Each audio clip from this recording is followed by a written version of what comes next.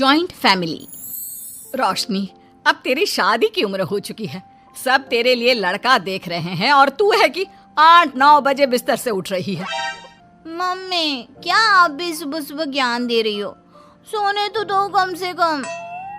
क्या करें, अब तेरी हरकतें ही ऐसी हैं। चल अब बिस्तर छोड़ और मेरे साथ खाना बनाना सीख। ना, मैं नहीं बना रही खाना वाना, आप प्लीज जाइए ना यहाँ से। रोशनी की बातों से निराश होकर निशा वहाँ से चली जाती है। निशा, तुम रोशनी को घर का कामकाज क्यों नहीं सिखाती? अगर यही हाल रहा फिर तो 2 दिन में उसके ससुराल वाले उसे यहाँ छोड़कर चल देंगे। मैं तो बहुत कोशिश करती हूँ उसे घर की जिम्मेदारियाँ सिखाने की, लेकिन वो मेरी सुने तब ना। आप तो जानते ही हैं ना कि वो कितनी जिद्दी है। हमें निशा के लिए एक ऐसा लड़का ढूंढना होगा जिसका भरा पूरा परिवार हो, सास ससुर से लेकर जेठ जेठानी देवर ननद सब हो। यहाँ ना सही, लेकिन शादी के बाद उसे वहाँ अपनी जिम्मेदारियों का एहसास जरूर होगा। कुछ दिनों के बाद रोशनी का परिवार उसके लिए लड़का देखना शुरू कर देता है और एक दिन चिराग नाम का लड़का रोशनी को देखने अपने परिवार के साथ उसके घर पहुंच जाता है। देखिए भाई साहब, मैं पहले ही आपको बता देती हूँ, हमारा परिवार बहुत बड़ा है, इसलिए अगर आपकी लड़की हमारे घर की जिम्मेदारियाँ बिना ना नुकुर के उठा सकती है तभी हम ये रिश्ता पक्का करेंगे।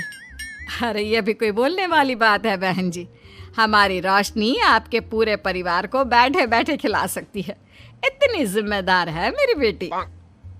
अगर ऐसी बात है फिर तो हमें इस रिश्ते से कोई आपत्ति नहीं है। तो फिर चट मंगनी पट ब्याह के बारे में क्या ख्याल है? हाँ बिल्कुल, शादी में देर किस बात की, 3 हफ्ते बाद ही शादी का शुभ योग है।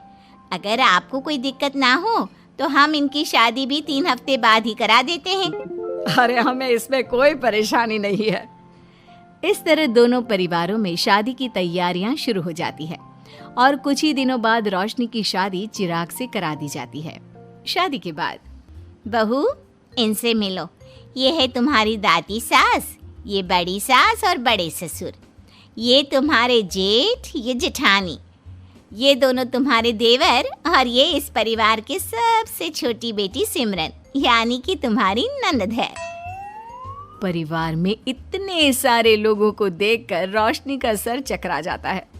वो अपना सर पकड़ लेती है और मन ही मन सोचने लगती है, हे भगवान, ये किस जन्म का बदला लिया है आपने मुझसे?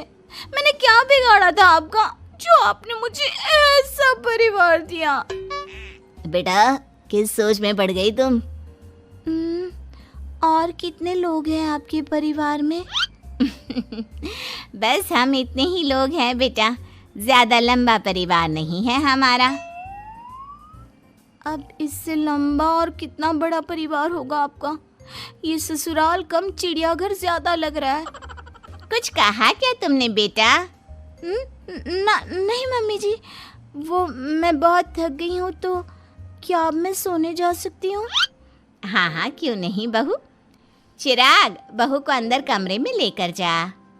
जी माँ। चिराग रोशनी को अंदर कमरे में लेकर जाता है। चिराग, मुझे यहाँ नहीं रहना, मुझे अलग रहना है। ये तुम क्या बोल रही हो रोशनी? अभी तो आई हो तुम और अभी अलग होने की बात कर रही हो? परिवार वालों को पता चलेगा तो कितने दुखी होंगे वो लोग। मुझे नहीं मतलब किसी से, और इसे तुम परिवार कहते हो? ये परिवार कम कोई गली मोहल्ला ज्यादा लग रहा है। रोशनी, अभी तुम नई हो इस परिवार में, इसलिए शायद तुम्हें ऐसा लग रहा है। कुछ दिन में आदत हो जाएगी तुम्हें। चिराग की बात सुनकर रोशनी अपना सर पकड़ लेती है। आपको समझाना तो दीवार में सर पटकना है। मैं सो रही हूँ, लाइट ऑफ मत करना, मुझे अंधेरे में नींद नहीं आती। इतना बोलकर रोशनी बिस्तर पर लेट जाती है। रोशनी को देखकर चिराग का मुंह खुला का खुला रह जाता है। वो भी पैर पटकते हुए बिस्तर के दूसरे कोने में अपना मुंह मोड़कर सो जाता है। अगले दिन, देवरानी जी, आप उठ भी जाइए, सुबह के 6 बज चुके हैं। सोने दो ना मम्मी, क्यों परेशान कर रही हो? देवरानी जी, मैं आपकी मम्मी नहीं जेठानी हूँ। सुबह सुबह क्या मजाक है मम्मी?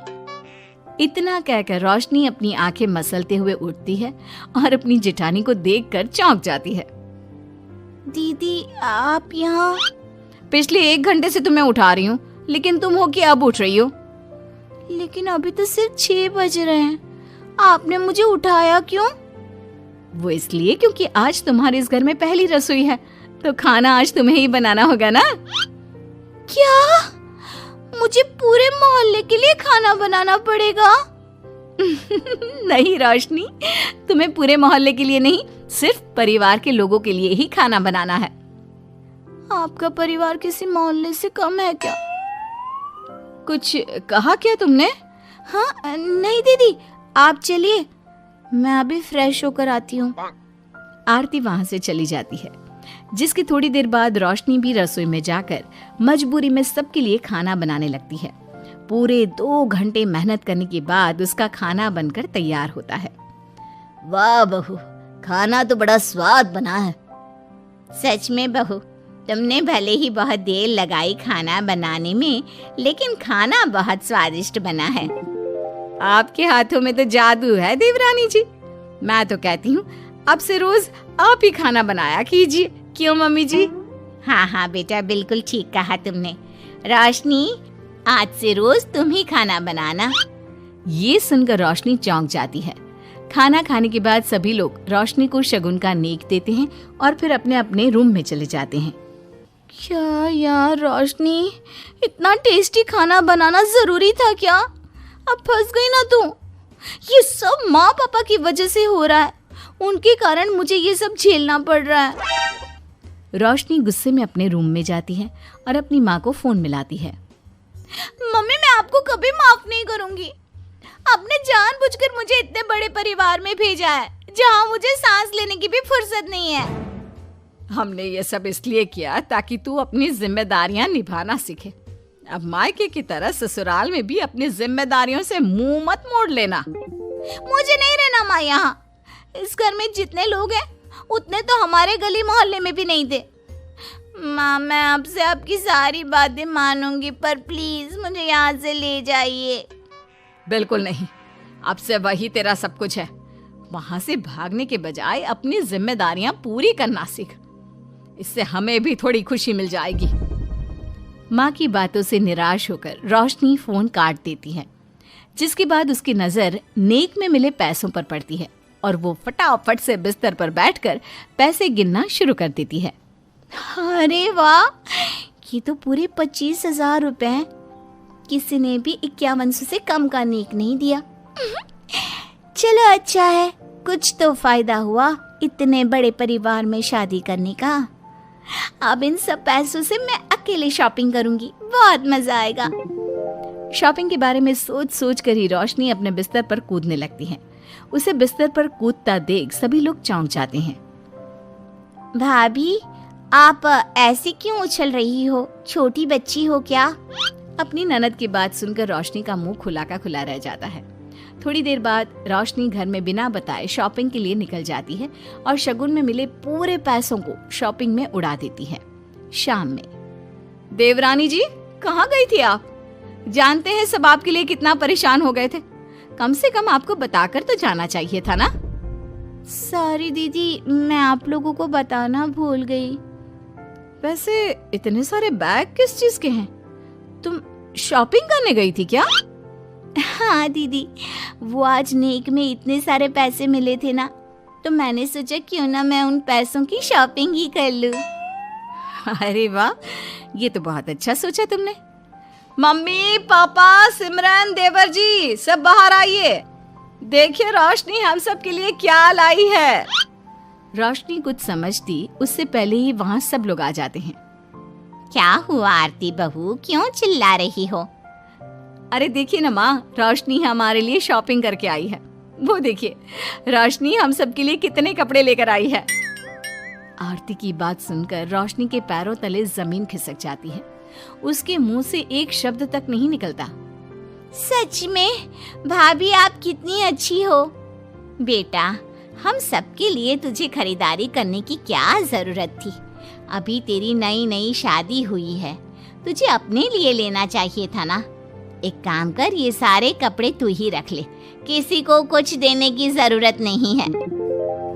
चलो कोई तो समझदार है इस घर में। वाह भाभी, कितनी सुंदर ड्रेस है। ये शॉर्ट ड्रेस मुझे पता है आप मेरे लिए ही लाए होंगे, है ना? इसे मैं रख लेती हूँ। माँ, रोशनी इतने प्यार से सबके लिए कपड़े लेकर आई है, हमें मना नहीं करना चाहिए।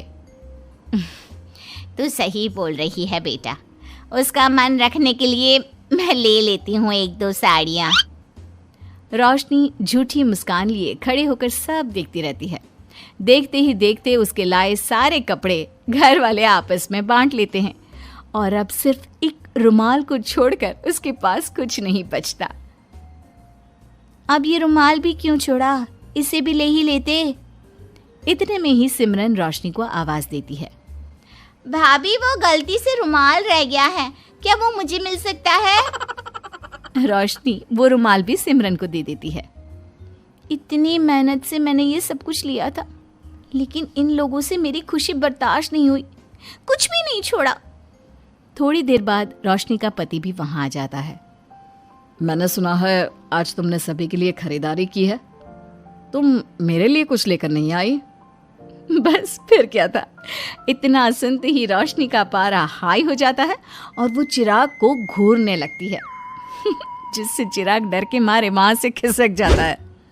हाय रे, फूटी किस्मत मेरी, जो ये जॉइंट फैमिली मेरे मत्थे चढ़ी।